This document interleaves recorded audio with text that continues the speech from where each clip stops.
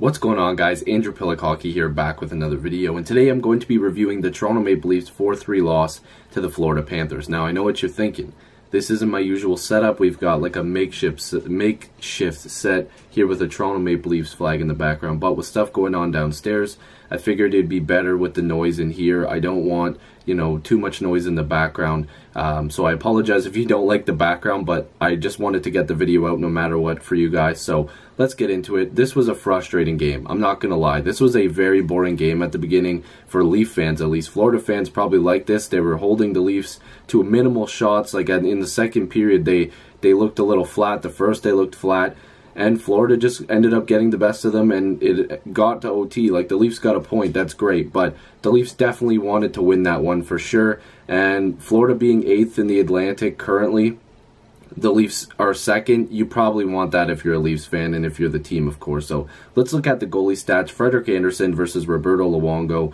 Freddie Andersen had 32 shots against, 4 goals against for 28 saves. Roberto Luongo had 32 shots against with 3 goals against for 29 saves. So the goalies made a lot of big saves. I know some people are going to get on Freddie for some of the goals that happened tonight, but the positioning was the problem on some of these goals as well, and a hot night from Barkov, of course, and we're going to start off with that. His 12th of the season in the first period, started off the game scoring on the power play. He got the assists were by Dadonov and Hoffman, and I think Evgeny Dadonov's in my pool, so I'm kind of hurt about that as a Leaf fan, but thanks for getting me a point, Dadonov. Let's see, did he get any other points? Doesn't look like it. Damn, come on, Dadonov, you got to get me more fantasy points than that. Regardless, just don't do it against the Leafs. I'm good with 1 assist. So that was the first goal of the game, 1-0 for Florida.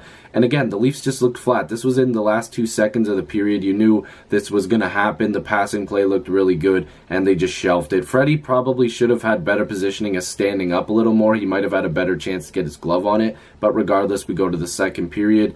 And Jonathan Huberdeau scored again on the power play, his 9th of the season. Keith Yandle and Mike Hoffman with the assist. And by the way, some of the plays tonight, like Hyman when he got cross-checked into the net by Ekblad and Yandle fought him, like that just didn't make sense to me. Then the knee-on-knee hit by not Wagner, it was Brouwer, and then Ennis made a risky hit, and there was just a lot of crap going on tonight. I just want to avoid all that stuff. I've got a video coming out, and I've talked about it on my podcast on the 2nd edition of the Andrew Piluk Hockey podcast. I talked about fighting in hockey and stuff like that, so make sure you check that out. But regardless, it was 2-0 in the second period. Going into the third, Florida had the lead. It looked like the Leafs were flat. It looked like they weren't even showing up. It just did not look good for them. But Jake Gardiner made a really nice shot in the third period because he had to shoot it a bit wide because he seen that Tavares had positioning to be able to get a tip. And Tavares tipped home his 20th of the season. That was assisted, like I mentioned, by Jake Gardiner and Morgan Rielly. And I do like when Mike Babcock pairs Gardiner and Rielly when they need a spark on offense. He did that a couple times this game, and I thought it was a really good decision, but it brought the Leafs within 1. Then, late in the period, Mitch Marner worked his magic. He roofed it on Roberto Luongo, his 7th of the season, from Nazem Kadri and Nikita Zaitsev. And just an update, too. Marner can score goals. Okay, I know, what was it? He hadn't scored in like 14 games or something like that. He is going to fill the net eventually, but he likes to dish the puck even more. And also an update on William Nylander. He looked good in a lot of points in this game. Not like points, actually getting points, but he just looked good. He had a breakaway chance. He had some good shots on goal. He got into the overtime period, which we'll get to. Very impressive night for him. I say this stuff early because sometimes I forget, and then I get really frustrated that I forgot. Anyways, so the Leafs tied it up. Everything's looking good. As soon as I put my phone up from tweeting, because I live tweet the game, so if you want to follow me, it's at Andy Piluk, ANDYPILUK on Twitter. Make sure you follow that. I tweet all the time, so if you want to get a hold of me, use Twitter. Anyways, and of course the comments, but Barkov came down and scored. They left a guy wide open. I believe Dermott was getting pinched, and then Ozhiganov just followed Buddy into the corner. I think it was Brouwer. And then it just left Barkov all alone. His 13th of the season from Brouwer and Dennis Malgin. No offense, I've never heard of that guy. He must be new to Florida, or I just haven't heard of him.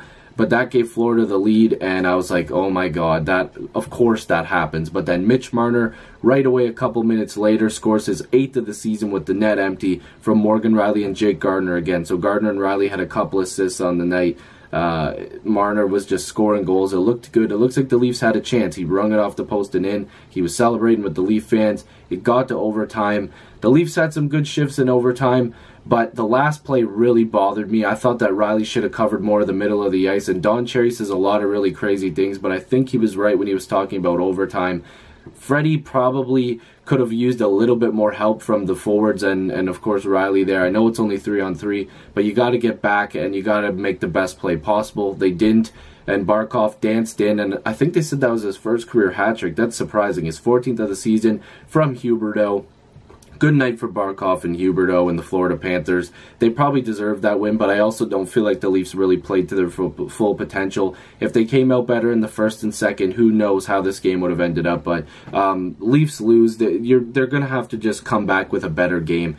And I'm going to wrap this up because I don't want to keep using this as my background. I know it sucks, but with a lot of noise downstairs, I wanted to make sure I got this out. So if you're new, make sure you subscribe. Love to have more hockey conversations with you. Join the squad. Let's get to 4,000 subscribers. Also, check out Hands Down Hockey's new video.